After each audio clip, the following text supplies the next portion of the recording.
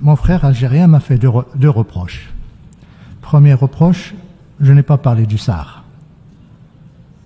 Je lui donne rendez-vous aux tables rondes. C'est dans les tables rondes que nous discutons de la question du Sahara, et l'Algérie est invitée à ces tables rondes. Malheureusement, il continue toujours à rejeter, à participer, à rejeter les résolutions, et également à rejeter les résolutions du Conseil de sécurité. Donc s'il est tellement intéressé pour qu'on parle de la question du Sahara, Maroc, Algérie, comme nous l'avons fait durant les deux premières tables rondes, nous pouvons continuer ce que nous avions commencé. Deuxième reproche, c'est que je n'ai parlé que de l'Algérie. C'est vrai, chers frères, pour une simple raison, parce que l'Algérie est la mère de tous les malheurs de notre région. Maintenant, j'ai trois observations. L'Algérie rejette les résolutions du Conseil de sécurité. Et là, je me pose la question suivante. Que va faire l'Algérie au Conseil de sécurité quand il rejette ses propres résolutions?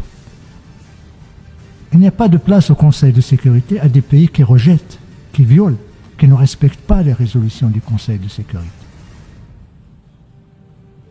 Nous attendons l'attitude de l'Algérie lorsqu'il aura accédé au Conseil. Deuxième observation, mon collègue algérien fait preuve d'une méconnaissance, malheureusement, des textes des Nations Unies, des résolutions et des décisions. Le Conseil de sécurité ne traite pas la question du Sahara en tant que problème de décolonisation, mais de paix et de sécurité. Et c'est dans ce contexte-là, dans cet esprit-là, que l'Algérie, qui a été plusieurs reprises membre du Conseil de sécurité, et qui a voté les résolutions sur le Sahara marocain. Donc, on ne peut pas les ignorer. Troisième observation, c'est l'Algérie a de la chance, grâce au principe de rotation. Parce que s'il n'y avait pas le principe de rotation, l'Algérie n'aurait jamais accédé au Conseil de sécurité. C'est le tour de l'Afrique du Nord et c'est un principe égalitaire. Et nous sommes pour ce principe. Et ce n'est pas parce qu'il a fait quoi que ce soit pour les Nations Unies. La preuve, il n'a même pas un seul soldat en force de maintien de la paix. La preuve, c'est qu'il abrite un groupe armé, séparatiste, qui est l'arme. Et là, en revenant au groupe armé, je regrette que l'Algérie se compare à un groupe terroriste.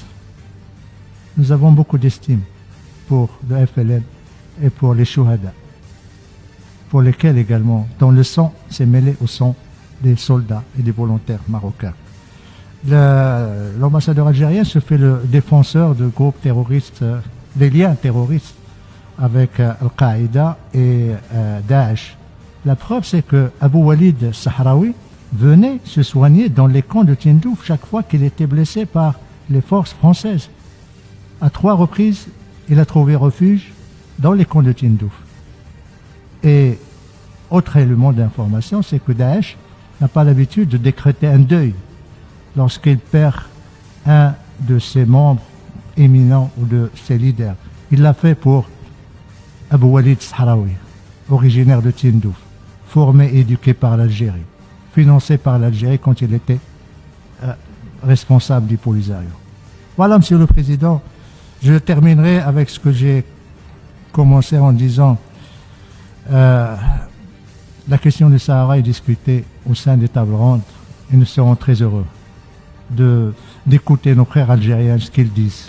Même quand on n'est pas d'accord, mais l'essentiel c'est qu'on est autour de la table, qu'on parle de paix, qu'on ne parle pas qu'on ne s'attaque pas mutuellement, qu'on se respecte également, comme cela a été le cas durant les 2 dernières tables rondes. Je vous remercie, Monsieur le Président.